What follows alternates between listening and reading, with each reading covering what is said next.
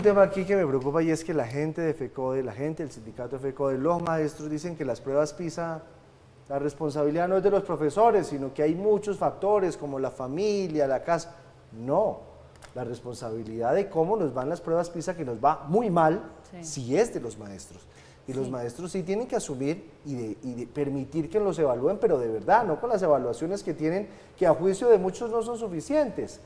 Yo creo que aquí perdieron los niños, porque en esta reforma era claro que se necesitaba algo para mejorar la educación colombiana que no está bien. Y había un acuerdo, Mauricio, había un acuerdo en donde equipo de gobierno, equipo del Congreso, había llegado a un acuerdo con la oposición. De hecho, era el primer proyecto que uno podía decir, se logró un consenso nacional. Pero por darle gusto a FECODE, celebran que se hunde. Muchos dicen que los que celebran, que celebra la ignorancia por haberse hundido este producto. Pero ese es sin duda el punto más sensible que hay, porque entonces, ¿cuál es el camino para recorrer ahora? Si de frente el sindicato de maestros está diciendo, la hundimos, lo logramos, es decir, no hay apertura, claro, no hay apertura a un acuerdo, porque la ministra dice, lo vamos a volver a presentar en la próxima legislatura y vamos a trabajar por ese acuerdo nacional, pero uno no ve disposición de esa contraparte que es FECODE. Le digo, la ministra logró el acuerdo.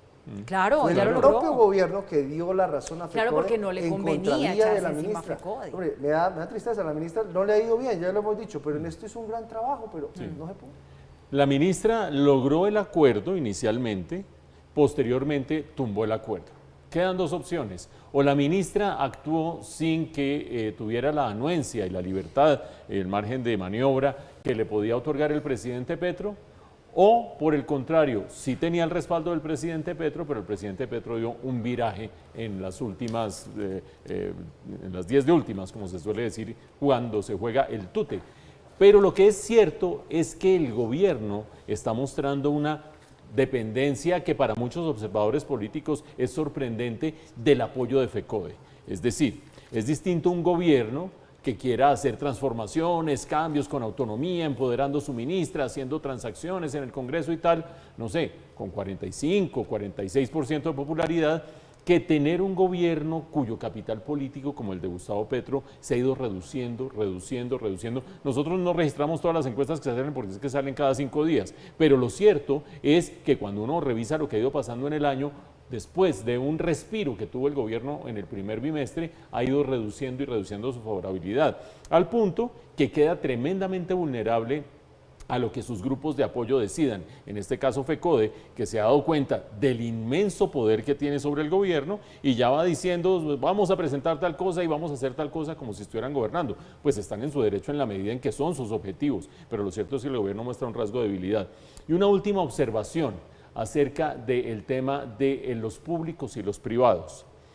Ustedes han visto que lo que busca el sindicato de los educadores y el gobierno mismo, porque lo ha dicho el mismo presidente Petro, es que los recursos públicos se vayan solamente para la educación pública. Es decir, que no vuelva a haber programas como Serpi lo paga, que no vuelva a haber programas como los colegios en concesión, que no vuelva a haber bonos educativos que puedan usar los muchachos para estudiar en una universidad o en otra, sea pública o privada. Yo le pregunto a las familias de aquellos muchachos de Serpi lo paga, de colegios en concesión, que han tenido bonos, etcétera, etcétera, y que han visto resultados favorables porque la calidad de las instituciones privadas en muchos casos es superior a la pública, si tiene sentido sacrificar un recurso que ayuda a muchas familias y ayuda a muchos muchachos sin desamparar necesariamente la educación pública, porque es que el radicalismo ideológico no deja margen de maniobra para absolutamente nada. Cada cual tendrá su respuesta.